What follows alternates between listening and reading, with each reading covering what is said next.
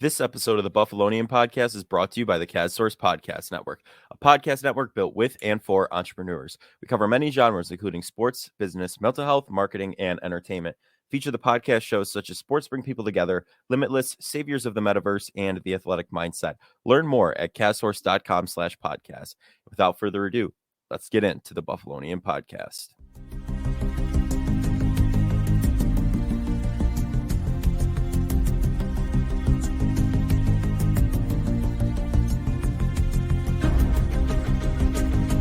The Buffalo Bills have secured the 2 seed in the AFC. And the Sabres faltered a little bit in their past couple of games, hopefully looking on the up and up. Along with the Would You Rather, hot takes, trivia, and more, this is the Buffalonian Podcast. All right, let's go.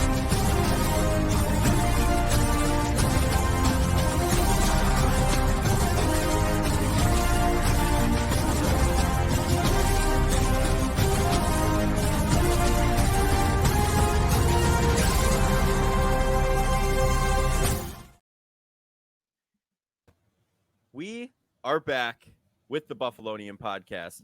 I'm Joe Cali, and as always, I'm joined by Dom Loss. Not as always. Mike is in Vermont for the week, so it is just Dom and I on this wacky Wednesday here. Wacky Wednesday, hump day? Yeah, a little hump day. Yeah, a little hump day action, wacky Wednesday. But without further ado, the Bills are the 2 seed in the AFC. Not where we wanted to see them, but with the outstanding circumstances that happened in the Bengals game with Damar Hamlin, and luckily he has been discharged from the hospital in Cincinnati. He is back in Buffalo, which is magnificent news. You gotta love it. And we've secured the 2 seed. The Chiefs won. They have one more win than us, technically speaking, since that game is not going to be resumed. So they have the 1 seed. Bills are the 2 seed, and the Bengals are the 3 seed. So it's interesting. I mean, we're playing the Dolphins Sunday, 1:05 p.m. Everyone's like, why is that not a primetime game? I don't know. I mean, what do you think on that? I feel like.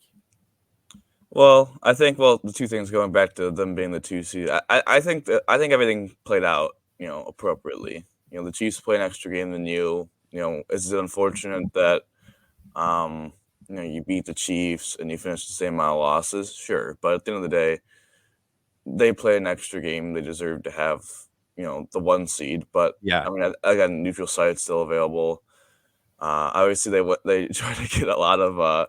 They asked around. I think Indianapolis said no. Detroit said no. I think one of them said they had like a circus, and it's not a circus. That was Detroit during the Browns game. There's some like random wacky some con going on or something. Yeah. So apparently, someone reported last night. Some chief insider said that it could potentially be Atlanta, in a dome. So. I mean, I think as a Bills fan, you prefer playing in a dome just because, to see Allen Mahomes slinging around in a dome would be kind of sick. Yeah. Yeah, and then back to your, original point about the not being a prime. I'm not really that upset about it. Yeah. I think there were better games on the slate. And at the end of the day, I think the NFL doesn't want to have a primetime game with potential third-string quarterback versus the 2 seed. So I think they're trying to save face there. Obviously, the Bills are 9-point favorites. I feel like Vegas must have some insight that Tua probably won't play. Everyone inside reporting seems like it's unlikely that he plays. So, I mean, at that point, I think the prime time. I think if Tua was healthy, I think this would have been a primetime game for sure. For sure, but he's not. Matchup. So, yeah. I think they're trying to protect, themselves. I mean, I think they would have had the primetime game over Chargers Jaguars. I can't even remember what. I gotta look really quickly. I know the Monday night one's the Cowboys Bucks, which I thought was gonna be. I really thought that game was gonna be Sunday at like 4:00 with like Fox. Usually they have that window, but I guess not. Yeah. Baltimore Cincy. They must believe that They must believe. In my opinion, of the two quarterbacks' health of the Ravens and the Dolphins, that Lamar is going to play and Tua is not. Yeah, no, that sounds about right. I mean, I'm not upset with it at all. I'm fine with a 1:00 game. It's not a bad thing at all. So I don't know, but enough with that game. Enough with Super Wildcard Weekend. We have another episode coming at you this week for that. We're gonna recap the Bills turning on the Jets in the Patriots game. All of a sudden, Josh Allen going back to slinging it, 60 yards in the air like nothing. Like at first, in the beginning of this game, first off, to start it off, Naheem Hines, just got to give a round of applause to him.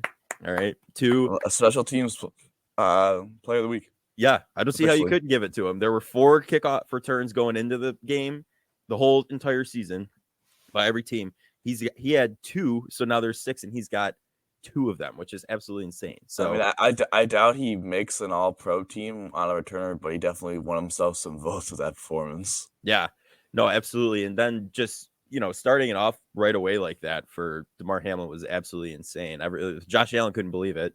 You see him every time it happened, he's like this on the sideline going crazy. So it was we haven't seen anything like that. I think the last one I remember seeing from the Bills is probably not the last one that happened, just the one that sits in my mind. CJ Spiller did it one time way back. So that was awesome to see. And then I mean, before I don't want to get into any negatives yet because I have a couple negatives I want to say. But is there anything outstanding to you that you wanna? I mean, the most notable kickoff return touchdown I can remember was Isaiah McKenzie having a kickoff return touchdown that Monday night against Tennessee last year. Yeah. When they were losing with like 3 minutes to go, and then they got called back because of the obvious holding penalty. But that's the only one I. That was after he was fumbling them in the beginning of the season too. Yeah, I think it's an interesting game from the perspective of it felt like all 3 of the sides of the football, offense, defense, special teams, had like really good moments, and then some of them had very poor moments. Like special teams, right. Like you get 2 kickoff return touchdowns. You do a very good job stopping Marcus Jones. I know they had the one pretty nice return after the second touchdown getting to the 40-yard line, but even in punt return, I thought they did a pretty good job as well. Cam Lewis had a pretty nice stick. Like, I think they did a good job, and then you get the Tywan Jones just I don't know. Like I don't know what he was doing. So then it's like, and then obviously Bass makes all his kicks, but it's like at that point it was like, do you get an A+? Probably not, because I mean, you really like that game was over. 12-point game, 8 minutes to go.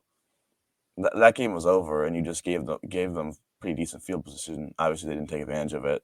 Defense, it was like your bend but don't break kind of game. Like they're very good. I thought they were solid against the run. Obviously, Patriots are a very good physical team, but Mac kind of tore them apart, and it was really off play action, which the Bills haven't struggled against all year. So that was kind of, like if you look at his splits, like he was like 9 out of 10 against play action, and everything else he was kind of like mediocre. Yeah. So I mean, listen, they got 3 interceptions. Trey makes a really nice play in I guess they're at like the 20.5-yard line, so it's not a red zone interception, but we'll call it a red zone. I don't even think there. I don't even know if the Milano one counts. I don't think the Milano one counts, but they were. Dude, I wanted him to pick 6 that so bad. I thought he was running back. Well, I wanted him to return it for a touchdown. Listen, he was trying to pull a Taron Johnson of, should I kneel it? No, I'm going to go score a touchdown. Then obviously Tremaine, I mean, that's kind of like a little bit on Mac for making a bad throw, but good pressure from the Bills. But I thought Groot had a good game. I thought overall the defense played well enough. I just think there was a couple drives where Mac Jones cut him up. Mac come up a little bit. I thought Trey had his best game in a while. I thought I don't think Elam was particularly bad, but the touchdown was it was a good rep that turned bad because he pulled a Dane Jackson and couldn't play the ball in the air. Yeah. He was playing the receiver. So Taron probably had the best game in the defense. I thought Greek played pretty well. I think everyone else on the D line, other than maybe him and Daquan, needed to step up a little bit more. I thought those guys were a little quiet. We didn't hear a lot of AJ, Boogie, Shaq, and Oliver. Like it was a pretty quiet day for the rest of the line, and that's why I think, part of the reason why Mac was able to slice and dice a little bit. So, I mean, we'll see about that. And then offensively, it was solid. Like I thought Cook ran the ball well. I thought Singletary ran the ball well. Obviously, Singletary, has one of the higher fumble percentages in the league, and of course, he fumbles at just like the worst spot. It was funny, the first play after the pick, he like booted the ball, and he had the ball on his wrong arm. Like if you're running to your left, you want to have the ball in your left hand to protect the ball, and he's having it in his right. I was like, oh man. And I thought he was gonna fumble that, and then of course he fumbles the next snap. But it was nice to see them trust Cook. Shakir made a nice catch. Diggs is Diggs. Yeah. Would have liked to see a little bit more Knox. Obviously, he catches the touchdown. That was nice. And then Davis McKenzie, just not efficient enough. And then nice play by John Brown. I thought Allen played pretty well in the first half. Obviously, the interception really taints that, which is unfortunate.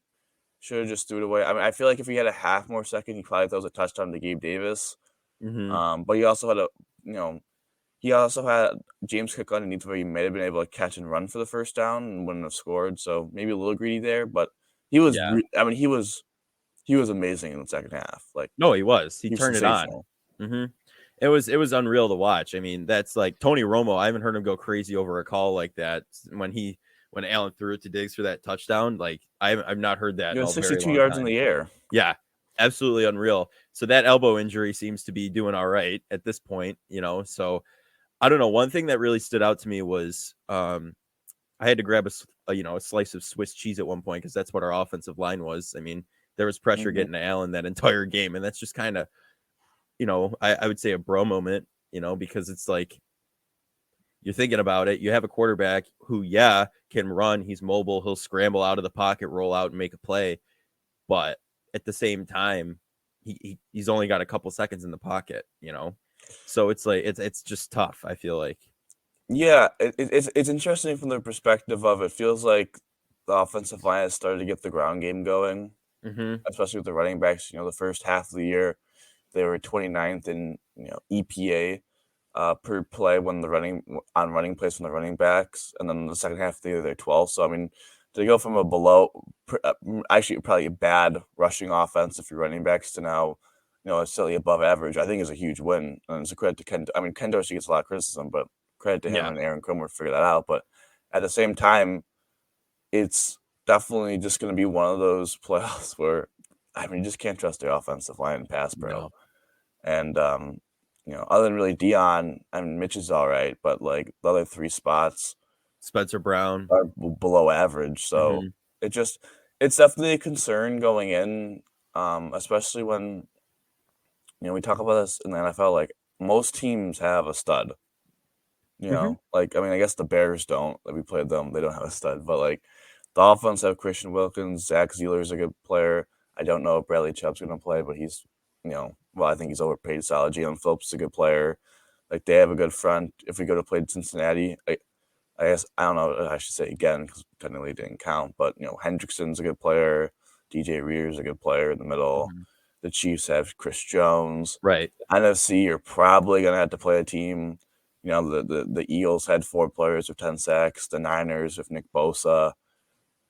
Like every team has a dude and then has like a complement of dudes after that. So it's not just one guy. So yeah, it's definitely a concern because you felt it a lot in the first half. Really, of they got stopped because Allen got sacked twice on third down, and he was just kind of running for his life a little bit there. And the interception, of course, comes because of pressure from Judon. Yeah, exactly. And like you said, I mean, Dion holds his own most of the time. I would say probably 85% of the time, 90% of the time, you're good on the left side. It's when you get to those 3 right side positions, like the center to the right, where you start having them popping through and all of that stuff, and that's where it's worrisome. Like you said, I mean, we're inevitably, if we pass through the playoffs, we're going to play Kansas City again if they pass through, right? Like that's Superman meeting Lex Luthor. That's Batman meeting, the Joker. Like that, that's just going to happen, right? Like it's inevitable at this point. And for probably the next, within the next decade, that's going to stay the same, right? And the Bengals are up there too. Inevitable matching up with them in the playoffs, and the Chargers are on their way there too. The AFC is getting crazy, and Mahomes is the oldest quarterback in the AFC. Yeah, so which is nuts to think, and those teams are just going to, those teams are just going to get better. I mean, I guess the good note for the Bills is like this offseason is going to be tough because they're going to lose some talent because Allen's contract extension kicks in. Yeah. Joe Burrow and Justin Herbert are up for their and that same sentence Tua as well are up for a big contract extension. So we're going to see how that impact happens on those three teams. Also, Lamar still hasn't gotten paid. Mm-hmm. Who knows if it's going to be in Baltimore? Hopefully, if it's not in Baltimore, it's in some team in the NFC. But yeah, I don't know. It's definitely a concern, but Mm-hmm. it's always interesting because Allen does such a good job, being able to scramble to get yards or to be able to, find John Brown for a 50-yard touchdown. Dude, it was good to see that. It was really good to see He's that done that. comeback. He's done that. I want to say 3 times in the year. I mean, he did it week 1 against the Rams. He did it against the Patriots earlier in the year, but it got Mhm. called back because when I believe it was Uche or Judon did the same play that Uche did when he ran past him on the play, but Tommy Sweeney held him. You know what I Oh, mean? yeah. And then Yeah. he threw it to Diggs for a touchdown. I mean, that was a sick touchdown too. And obviously that went from John Brown. So it definitely is going to be interesting to me, like who is active in the wide receivers, because you have both now in the playoffs. It's unlimited call up, so Brown Yeah. and Beasley could both get called up, or you pick up one, you can pick up none. I mean, Yeah. it's gonna be interesting. I mean, we're not going to go into spoilers on that because we have like I said, another fun-filled episode coming at you. I'm just saying, like John Brown definitely like threw his hat in the ring. Like if he had another did. like 0 catch, 0 yards kind of game, it'd been like he only played 7 snaps too. But it's also like at that point, like I mean, do you even have a No. case to make? But I mean, It's tough because, right, you could say Davis was, in that spot and whatnot, right? And you don't want to take him out of that spot necessarily because he does have these one-off games, like 4 touchdowns in a playoff game, right? Like we were talking before, and it's tough because you expect that to be coming at some point, right? But it just has not. He's been dropping passes left and right. He's been a little bit subpar. Then you have John Brown running down there making an excellent diving catch into the end zone, and it's just like, what's this guy doing? I mean, I saw yesterday, I was watching One Bills live. I like to tune into that on the weekdays, or weekends, one to 3 with Tasker, and he said him and Chris Brown were talking about how it should be 4 wide receivers and James Cook in the backfield, Diggs and Beasley in the slot, and Davis and Brown on the outside, and then Knox as well out there. And that would be interesting because Diggs' route running ability could. that wouldn't work. You don't think so? No, you'd have 12 guys on the field. Well, maybe if you had 4 wide receivers at 10, that's 5. 5 offensive linemen, 10. Running backs 11 and quarterbacks 12. Oh, maybe Sans the tight end. Yeah, it would because that's 10 personnel. Yeah, take the tight end out of that equation, and I don't mind that. What do you think about Diggs being in the slot like that? I feel like that's kind of. I think they utilized Diggs very well this year, moving him around, especially putting him in the slot. I think Davis needs to be utilized kind of in that same aspect of get him some slot touches as well. Not slot touches, but slot snaps. Gotcha. I think that's been a struggle for him. I mean, honestly, guy, like it's been pretty mediocre after that first half against the Chiefs, where he caught that touchdown on that drive, that 98-yard drive. Like after that, it's been really pretty poor. I mean, listen, is some of it on Josh? Sure. I'm not gonna come up here and blame everything on Davis. Like technically, Davis gets credited for being targeted on an interception, but that wasn't Gabe Davis' fault. He also missed Gabe Davis for a touchdown on the post. I mean, would it have been a difficult throw? Yes, but have we seen Josh make those kind of throws? Yeah. So he airmailed them. A couple of them, I'm not. Sometimes you have to look at all the targets to see if they're accurate. Like he had 10 targets, but 2 of them you could easily just throw out right there. But the other ones, I mean, he went 3 of 8, and does he run a slant that he a little bit behind him? But should he have caught it? Yeah. Does he have another? Actually, 3 of 7 because he had another play where Josh, I think it was a run play, and Josh thought he could throw it to. I don't know if you saw it. Like he threw it behind him. Yeah, that doesn't count either because that was a bad play. But right. If you look at everything else, though, like he has a catch on the sidelines that.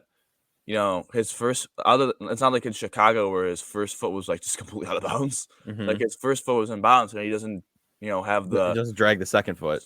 the field awareness to field awareness to the second foot. We saw Diggs do pretty much the exact same play. And he had a couple drops. I mean, he dropped a touchdown. I give him, like, it wasn't the easiest catch, catching a 40-yard pass of a dude draped on your back. Like, it was good coverage, but originally I was like, oh man, the dude must have batted away, but he doesn't touch it. It just hit him straight in the arm. Like, I mean, he just gotta catch that one, but I think that's kind of been the struggle and frustration this year of, Josh is only completing 51% of the passes when he throws them. And again, not all of it's on Davis. Yeah, some of it's on Josh, but not 49%. He drops 12%, and the other stuff you feel like maybe you can make a better effort on. Right. But, playoff game, man. Like I don't know what to say. Like, I feel like he always kind of shows up in the big moments. The Colts game a couple years ago of that one drive of back-to-back toe drags. I mean, he showed he could do it. So, and then the Patriots game caught a touchdown. Obviously, the Chiefs game. So he's still an important member of the team just because of his ability to stretch the field vertically, which this team really doesn't have consistently of, like, consistent players who could do that, because Diggs is more underneath. I mean, Diggs can do it, but why would you make your number one wide receiver run 40-yard routes?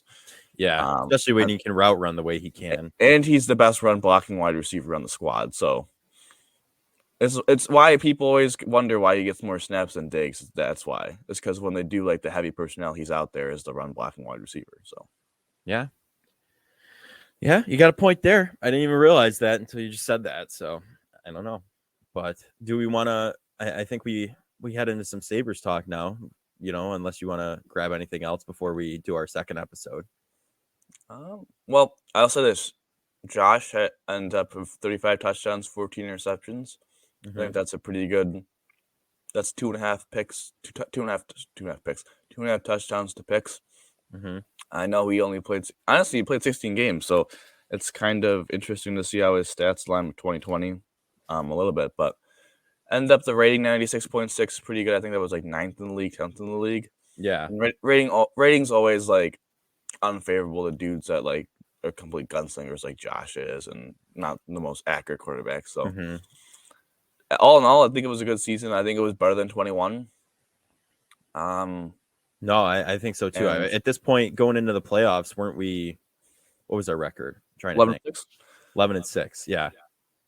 I didn't realize that they went 11-6 last year, but they had a higher point differential than this year when they went 13-3. Yeah, it's because every game they won, they blew them out. But you gotta think of this, Joe. Like, we lost 3 games this year by 8 points. Yeah. You know what I mean? Like, and they lost 6 games. Yeah, I think 5 of them were particularly close, but the 6, like, they lost the Colts by like 26 points, and they still had like I think it was pretty like 20 points more. Like, they outscored. It's just kind of. I mean, their schedule was a lot weaker last year. Those two. So we actually had. What was our ranked schedule going into the season? Like 5th, second hardest, I want to say. Something like that. It was a lot harder just because the NFC North, which was a pretty strong division this year. The North is a strong division. And then the Rams were supposed to be a good team, but I mean, they got them when they were healthy, so it wasn't like that. The Titans also got them when they were healthy too, so they didn't really get the luck of playing them at the end of the year. And then obviously they play the Chiefs as other AFC West team. So all in all, it's an incredibly positive year so far. Obviously, we'll see if it ends as a good season or not. I feel like, in my mind, this season has become kind of Super Bowl or bust. I don't know if you share the same kind of sentiment. A little bit. From the perspective of, you're not going to be any. This present team is going to be the most talented team for a little bit. Like, this is like, because you're going to lose talent that you can't replace. You know what I mean? Like, the last couple years, you lose Jerry Hughes, you lose Mario Addison, but then you replace him with Von Miller. Right. I guess, like, the only thing you could say of, they lost, like, Cole Beasley and they couldn't replace him. They tried with Isaiah McKenzie. Like, that's the only real failure. But you look at, like, the running backs are the best in the Allen McDermott era. I mean, the tight end is the best in the Allen McDermott era, and Knox. Mm-hmm. You still have Diggs.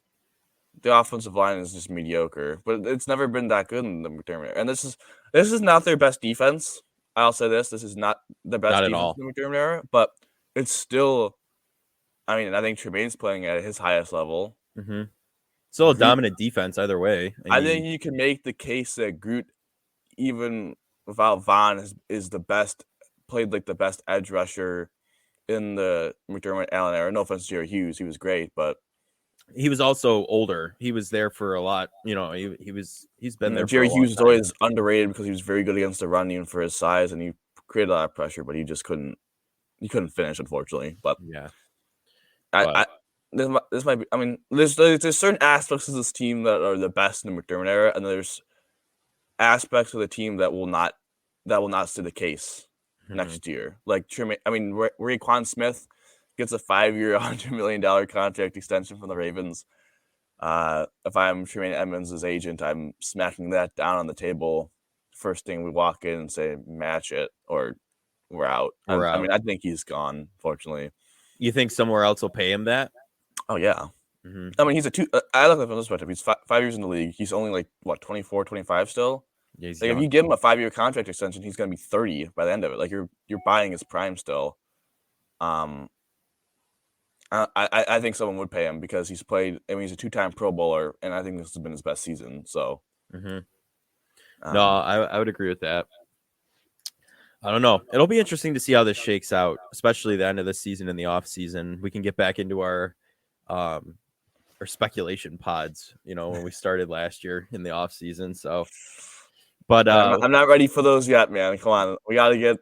No, yeah, I know we got to get through it, but we'll be coming at you with another episode betting on the Bills Super Wild Card Weekend this week with some more NFL talk. We'll talk about some Bills Dolphins and just go over the rest of the Super Wild Card Weekend slate and just talk more on future, all that kind of stuff. So if you're into that, take a listen. It'll be good. Recording it right after this. So without further ado, we're going to move into the Sabres talk right after this. But first, I want to go into and tell you guys about the Sports Bring People Together podcast. You should listen for entrepreneurial conversations with those in sports. Who knows where the chats will take you, but sports got us all here together in the first place. Find the show wherever you listen to your favorite podcast or simply visit sportseplus.com. And we are back with the Buffalonian podcast. So this is the first time in a while since I've brought us back in. I think this is the first time in the online format I've done it. I'm a little rusty. So we are back with the Sabres talk. The Sabres had a great start to the week, an inspiring comeback win against the Wild, and kind of a comeback, kind of an interesting. They're up 1-0, down 2-1, up 4-2, down 5-4, tie it late, win it, and it's still absolute one of the better overtime sessions or just high event hockey I have seen in a while. It wasn't one of those where you always see in kind of 3-on-3 hockey where people are just trying to make possession. They keep skating out of the zone. This was not that. This is people trying to make plays and end the game. And then just extreme disappointment the last 2 nights of just getting shellacked by a bad Flyers team. Get completely outworked, which is an unacceptable loss. But at the end of the day, it's a young team, so I don't think that was reasons of concern. And then yesterday, we were there yesterday. We were live in audience. I would hesitate to say that they were the better team, but I think they had a much better effort and a much better game than against the Flyers. And I feel like at the end of the day, they had opportunities where if they would have cashed in, I would have felt pretty good about them winning. Obviously, they fall by a goal. The game held. I would say the Sabres were the better team through 2 periods. And then the third period, I think the Kraken were a significantly better team. Yeah, and that's what the third period's been doing. I guess that's why you get a back-to-back, but I'm pretty sure the Kraken also might have been on the back-to-back as well, so I don't want to use that as an excuse as well. But right. No, I mean, in the beginning of the season, I remember how we were talking about how locked down the third period Sabres were, right? I mean, they were outstanding. They were shutting them down in the third period, holding their leads. The past few months have not since that November collapse have not been the same. And it's just, I don't know. It's a little disappointing because you go in there and what was it? It was 2-2 or was it 2-1? 2-2? Easily winnable. And they score a goal. You're like, okay, 3-2. You can come back from this, right? Then it's 4-2. And then now you're resulting to they're playing cat and mouse with you the entire time, running clock, and you have to pull the goalie and risk that. Granted, Comrie, it's like he wasn't even in that half the time, right? I mean, like, let's just be honest. And it's just, I don't know. I think you were missing the performances that UPL had been putting on prior to this game in this game. You know what I mean? And Yeah. And I don't know, we were talking about it last night, how, the goaltending has been reawakened as an issue with Comrie coming back, and you're trusting a 41-year-old to step in and rotate in and out. You know what I mean? And it's just, I don't know. I don't know. It's just, it's interesting because a lot of things have changed, and some for the better. Like the Sabres won those games against the Bruins, right? Those big games, but you need to win those games and also beat teams like this, who are arguably in the same position you are, getting a wild card spot and going into the playoffs. You know what I mean? More of a fringe team. Would you say the Kraken are a fringe-ish team right now? They're actually a pretty good team, actually, surprisingly. I'm Oh, afraid yeah? they're being their second year. I would say the Flyers are a bad team. I think it's been frustrating because throughout the season they have left some points on the board against some pretty bad teams. Like they lost home to Arizona. They lose this game. They get swept by Seattle, which is a team that I don't think has significantly better talent than you. So it's definitely a frustrating couple nights because it's not like you played the Bruins and the Lightning back to back. Like you had 4 points and you didn't get a single point against teams that like you're way better than the Flyers and you're at least like comparable to the Kraken and you're at home. So it's definitely not the best results in the world. I think Granado made the right decision scratching Quinn Peterka and putting, Aspen Hinnistros in. I said this, I think even last pod, that it's been like a month since really either of those two have played. And I thought both those two had moments where they sparked the team. I mean, Aspen made a really nice pass to Hinnistros for that breakaway, which then led to the penalty, which then led to the Dahlin goal. So, yeah, that both. I think when you have a young team, this is where I get in the point of they're going to be able, I think, be in a position to play meaningful games in March. I know that's a Jason Bauerlism, but I'm not even trying to be like sound like super negative or cynical, but the reason why I don't think it's time for people to 100% consider playoffs yet is they don't get consistent enough goaltending. I know UPL's on a hot stretch, but sometimes he goes cold, even himself. Right, yeah. Their back half of their defense after their top three, and Yogi Hara has actually been pretty good. I thought he played pretty well last night in his return. Those two, the bottom pair has been a problem all year. I know Clagg's played pretty well, but he was brutal last night. Labushkin he sucks. I'm sorry. Like, that's a strong word, but he takes terrible penalties. He gets beat every time. He can't make a simple outlet pass out of his own zone. So that's always been a problem. And this, when you're relying on very young players, forwards to produce in their rookie seasons, they go cold. And Peterka and Quinn have both gone cold. Like ice cold. Like the last 9 games, I think they combined. I don't know if they even combined for a goal. They might combine for 1 goal. The Lost Boys line has been lost. I mean, let's just be honest with you. Yeah. Like, it's gone. Like, I don't know. You got to get their confidence back. I like that they scratched them. Just give them like, hey, take a second, take a couple days, look from a different perspective of a spectator, that kind of thing. But I think that's where this team, honestly, Hinnistros and Aspen are very good 13th and 14th forwards. Like, it's good to have those two kind of players, quality of players, to kind of step into your lineup. But they're not Quinn Peterka when they're playing like Quinn Peterka. So I think that's been a little frustrating, from a fan perspective of this team just is playing very hard, and you want to like. I do think they should make some kind of move to, reward them, but it's just hard when it just seems everything points to them being kind of a year away. Yeah, unfortunately, I would have to agree with you on that. It's tough because, you get excited, you see they have a chance for a wild card spot, right? And while they still do have that chance, I don't know. I feel like a lot of things just have to be going right, and I don't think they're going to. I think they're going to falter. Like you said, young team, not going to stay constant the whole time. You know what I mean? Like certain pieces are. You always know that first line is going to go out there and be dominant. I mean, last night Tuck and Tage. 2 goals, yeah. Yeah. I mean, it comes down to the fact of if someone could say Lukan's going to stay hot the rest of the year and Quinn and Paterka are going to find themselves soon, they have a chance. But, Right. I mean, I just think there's too many question marks that are going to happen. But at the end of the day, like, they figured out, we said going into the year, this is a year where they had to find a lot of answers to questions. And I feel like they've done that so far, I mean, about halfway through the season. So we're going to see if there's anything left to do. But listen, there's still half a season left, and I'm not saying they have a 0% chance of making the playoffs, but I would say if I was giving them the right odds, I'd say probably like 30%, and that's not bad. Like I think that's like the 9th or 10th best odds. Did you expect them to even be in a playoff position in the beginning of the season? Not really. We just Like, said I expected them. maybe. I said this. I expected them to be able to. I mean, I said 84 points in the beginning of the year, and then when they started to play well, I said 90. So I feel like if they get to 90 points, I think it's a successful season. 85 to 90 points. If they get to that window, I think it's a successful season. I know people are going to complain about them not getting playoffs, but I mean, we didn't expect that going into the season anyway. I mean, just think like next year, like you get another year of Owen Power.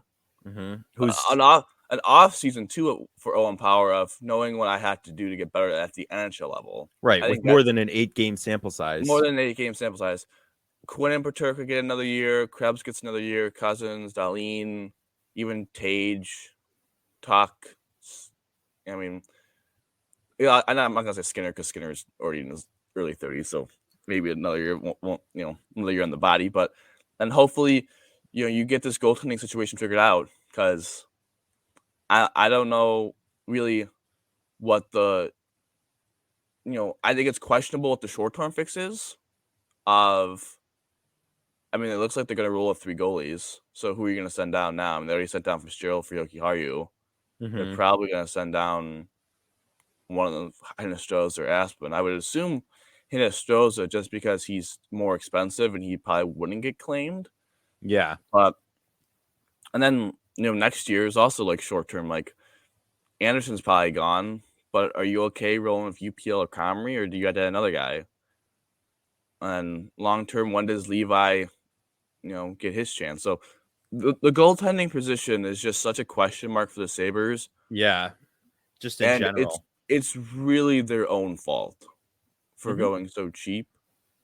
And we'll see. I mean, listen, the Flyers game, okay. Like, I think Anderson needed to start that game. UPL was playing a lot.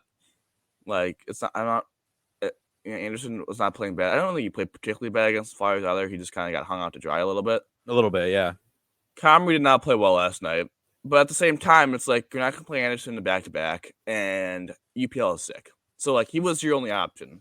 Yeah. I mean, you're not going to call up, like, Subban from Rochester to play. So, no, let's not do that. He didn't play well at the end of the day. Like, the first goal was a weak goal. I know it was a deflection, but you saw it all the way through. You got to make that save. The fourth goal, while it was not good defensive coverage at all to give up a slot shot, was not a great shot. Like, it was savable. Needed to make that save. Kind of floated in there. And then the Bernier's goal where he kind of flubbers and that got to be saved. The second one, I'll give him, like, there's no way anyone's making that save. No. Because Bushkin and Clegg just screwed the pooch defensively on that one. But, to have 18 saves on 22 shots just isn't good enough. So it's frustrating coming from, that perspective of having hot goaltending, and now it seems like we're back to having below average goaltending, and you see what it does to your team. One team last night got the big save. Like Grubauer had some huge saves in that game. Yeah, he was solid in his goaltending. The other and Comrie on the other side didn't, so that's frustrating. I do like that Granato scratched Bryson over Clegg when Yoki Haru returned. I think that's at least a bright spot that he knows Bryson's played like terrible and Clegg's played a lot better. I know Clegg didn't play his greatest last night. And I think there's some concern for me that it's power carrying him maybe a little bit. I don't know what the Sabres are going to do right now. I mean, we're talking about short-term, long-term fixes for defense, but I mean, hopefully, I think this just shows that like Ryan Johnson, man, you have a spot on the team if you want it. Like, Yeah. it's frustrating. It's you don't really know what to do because you don't like Dali and Samuelson are a really good top pair, but is it time to split them up and be like, we need, Samuelson, Darlene, and Power to be on 3 individual pairs, and we'll find a way to get, Samuelson probably go on the third pair. Like, we'll find a way to get Samuelson more ice time. If it's a close game in the third period, like he'll get more shifts and PK. You know what I mean? Like Mhm. it's time maybe that they had to start putting their 3 best defensemen with like 3 guys and to get them to like carry them a little bit. But Yeah.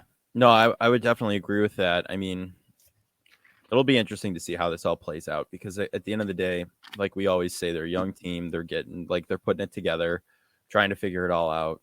The goaltending is definitely where they're struggling the most, and that's pretty evident. I mean, you have, like you said, UPL putting on these big games, but he does go very cold, extremely cold. Like he freezes all of a sudden and then has an awful game.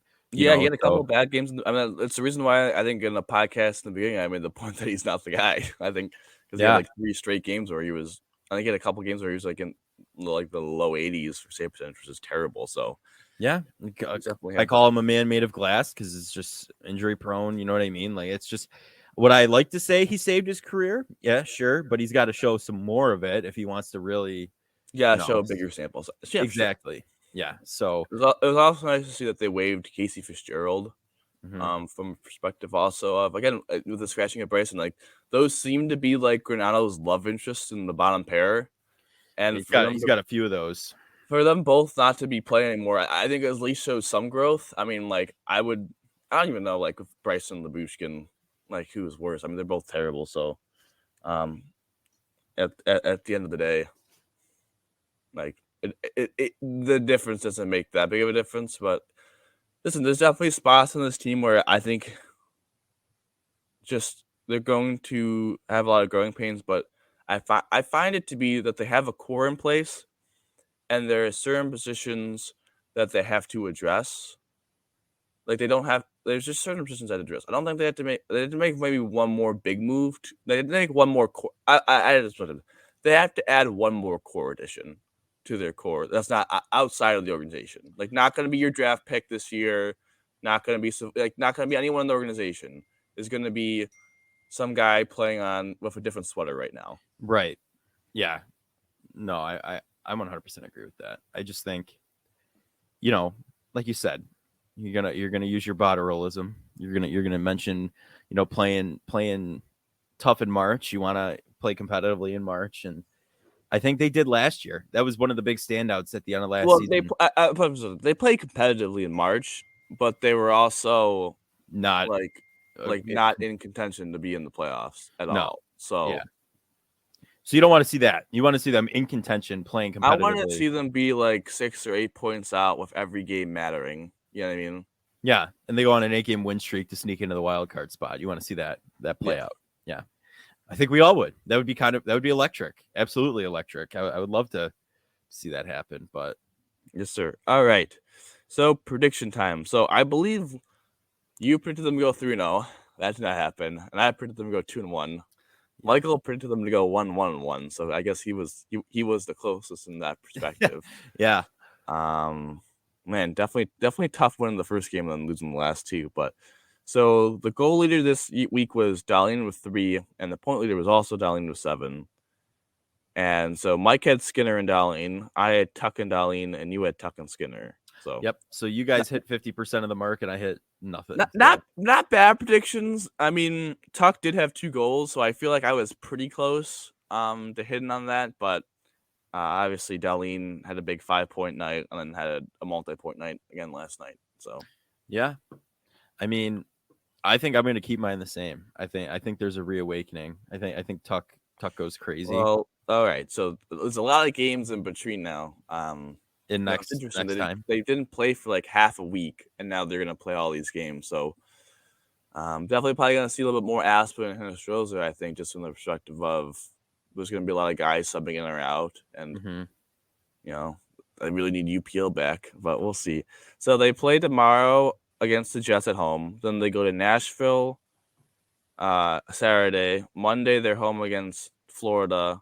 I don't know when we're going to be doing our next pod, but they do play against the Blackhawks in Chicago on Tuesday. So we're just going to say that counts as well. So we're going to say there's 4 games for the next pod. So out of the 4 games, what do you think the record's going to be? 3-1. I'm going to say 1-2-1. 1-2-1. Oh, you think they're going to lose? They're going to go on a losing record? Yeah. Right. 1-2-1 or 2-2. It's like that aspect. I don't know. I feel like the young team, they kind of lose. I mean, the 8-game losing streak kind of just, if we're having to be accurate here, they kind of like this. It kind of happened all of a sudden. You know what I mean? Like, it wasn't like it wasn't. Yeah, it wasn't there. They lost a couple, and then all of a sudden you're looking at it, it's like, oh my god, we lost 6 in a row. Oh my god, now it's 7. Now it's kind of like it was free falling. So I think that's where I'm at. What is your goal in point prediction? I'm gonna go Tuck and Darlene this time around. I think honestly, meeting Tuck's mom gives me some faith. You know, at the game last night, I gotta tell that story after we're done with predictions. I'll go into it, but that was I gotta stick with it. I got it for Mama Tuck. Got to go for it. I'm gonna go Tage. And Tage. I think Tage didn't have like the worst week, but had a little bit of a quiet week. Only 1 goal. Yeah, I think obviously he had a nice assist last night to Tuck for the first goal, so I think he has a nice week. All right, and Mike is not here to give his predictions, but we'll get them for next week. And so, do you want to do a quick story time? Yeah, story time. Start your little fire by the Christmas tree here, or if you haven't taken them down yet. But Dom and I were walking downstairs to go. I was going to see a couple of my other buddies, and he had my tickets on the phone to get up back to the 200s. So I wouldn't have been able to get back without him. So he had to come with me. And in the stairwell, we were going to take the normal way, but we didn't. We went a different way. We went down one of the, what would you say? Like just the stairwells, not the actual stairs, down in the lobby. Exits, yeah. So we went down one of the exit stairwells. And behind me, I'm wearing my new Tuck jersey I got for Christmas, right? I'd show it if it were closer to me, but it is not. And I hear go Tuck from behind me. I'm like, yeah, like let's go. So, Tuck's my guy. Honestly, like going. He's my one of my top players on the team. Inspiration. Yeah, he is. You know, the hair, the mustache, everything about it. You know, but trying to copy his look. Yeah. So she starts talking, right, and Dom's ahead a little bit. He's not back with me talking to her. He's a couple steps ahead, right, and then all of a sudden, I said, I'd like to see one more from him before the game's over, right? Which ended up happening. So I just want to say I did call that. But she's like, how about 2? How about we make it a hat trick? I said, that'd be even better. That's fantastic. And then she's like, I'm his mom. I was floored. She looked like him too. It was like right after she said that, it all like clicked in my head. I'm like, oh my God. Like, but that just shows you the danger. Like, what if we were talking trash in the stairwell and she was right there? You know what I mean? Like, we wouldn't talk trash about Tuck. I would be concerned if Middlestat. What if that was Middlestat's mom or something? Mommy Middlestat. What if that was Mommy Middlestat behind us? And I was on one of my rants about Middlestat in the stairwell. But yeah, meeting Tuck's mom, should have gotten the jersey signed. What an absolute win that would have been. But Tuck's mom signed the Tuck jersey. That'd be crazy. But no, it was. I got to pick Tuck for the goal leader this week after just after that alone. So. That heartwarming story. Yeah, it's a nice little story time for all the listeners out there. You know, once in a lifetime story. Unless you're sitting in the 200s at a Sabres game, you'll probably bump into her also. Constantly. So, yeah. But without further ado, I think does that close out our Sabres topic? Anything else? No. Mm-hmm. So we're gonna move into the Would You Rather, and I'm gonna do it this week. So just a little bit of football defense question. All right, not question, statement, if you will. It is a question. Would you rather have a team that never gave up a 15-plus yard play or a team that stopped 65% of 3rd and 4th downs? So either no big plays, you hold opposing teams in no big plays, or you hold them and don't let them convert. On just 3rd down, or is it just both? 3rd and 4th. It says both. We can make it 1 if that makes it easier. I just feel like it would be easier if it was just like Third. We'll do just third down. 35%. That would have been good for 5th in the league. 65%. Like your shutdown. No, that's yeah, 5th in the league. Oh, yeah. Because the Giants are 5th with like 35.12%, which is 65%. Gotcha. It's like the opposite. You know what I mean? It's just, No, I got you. You said 35. It threw me off. Yeah, for a that's what I meant by that. But no, that's a tough one. Either way, you're down at defense, but it's either your secondary. I would do getting off the field. You do third downs. Yeah, I think I would trust myself to scheme up enough where I don't get killed. Kind of like the bend but don't break. I think that would help a lot, and then it also help me a lot if I'm a top 5 at getting off the field, at getting the ball back to my offense. Yeah. So, especially if I'm not able to get 15-yard pass plays, but I'm not good in third down, then those are long drives. At that point, you know what I mean? Those I don't give up chunk plays. I'm just gonna have a bunch of stuff. I'm just getting paper cut over and over all game. Soon you start bleeding out. So I would take the third downs. All right. Yeah, I would have to agree with you. I want to get my defense off the field, so I would definitely take the third down. While stopping 15+ yard plays would be nice. If you could hold them to a third down and pretty much stop them like that, still, I'd take. I guess the only reassuring thing I'd take in the 15 is that on 3rd and 17, you're getting off the field most likely.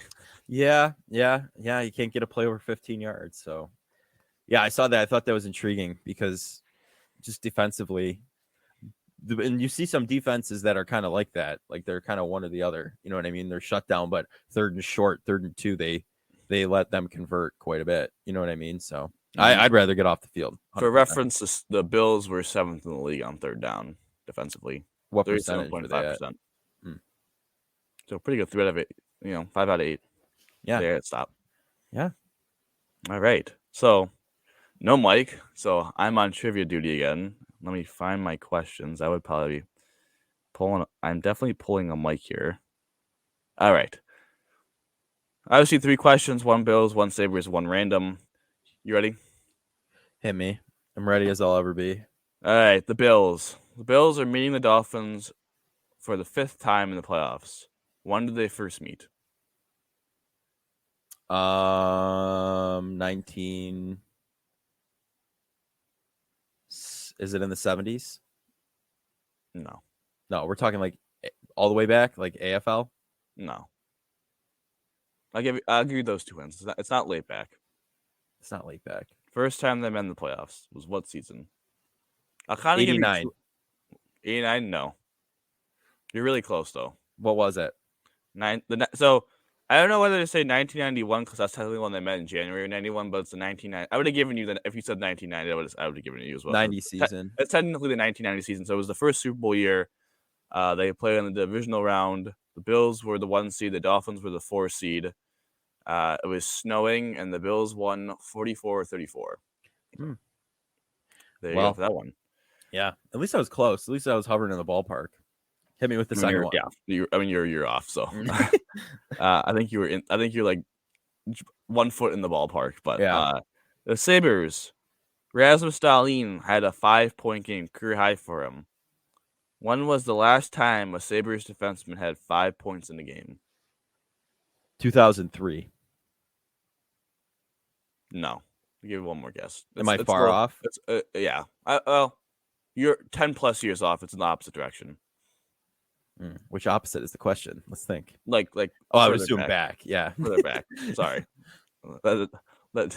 I'd say 1990. Just go easy. Like shoot for there again. You should have won 89, my guy. Oh my God. Of course. It was Phil Housley. Okay. I don't know if you would have got that one. So I picked the year, but Phil Housley was one of the better offensive defensemen in Sabres history. So no, I wouldn't have gotten the name. I'm gonna be honest with you. So all right, our random trivia question: Georgia destroyed TCU 65-7.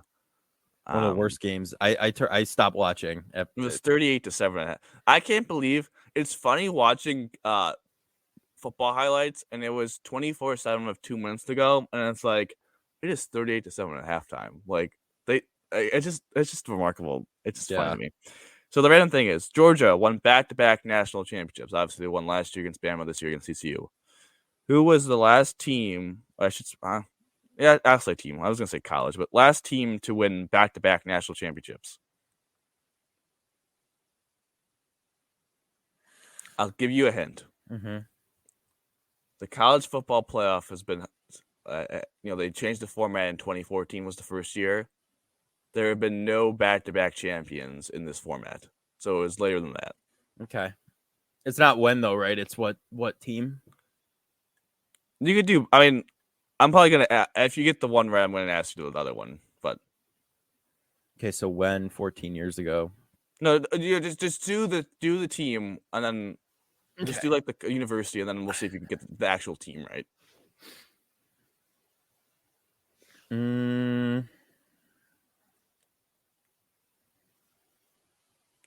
I don't know. I'm trying to think. It wasn't Michigan, was it? No. Want a hint? Mm-hmm. They're in the same conference as Georgia. Doesn't help me much. I don't follow college football all that much. I just watch the playoff. Okay, I feel like it's pretty. If you watch the playoffs, you know a team that dominates. I don't know. I just kind of watch the tail end, man, like the championship. But Alabama? Yes. Okay. Can you name when? I'll give you a hint. It's in the century. 2004. Close. Well, kind of close. Alabama won back-to-back national championships in 2011 and 2012. They beat LSU in a 21-0, and then they destroyed my Notre Dame Fighting Irish 42-14. I see. There you go. All right. There's some college. There's some college. College sports, college football. Yeah. All right. Well, that's going to do it for this episode of the Buffalonian podcast. I've been Joe Callie, and I've been joined by Dom Loss. And Dom, how do you always end these, buddy? Go Bills, baby. Go Bills.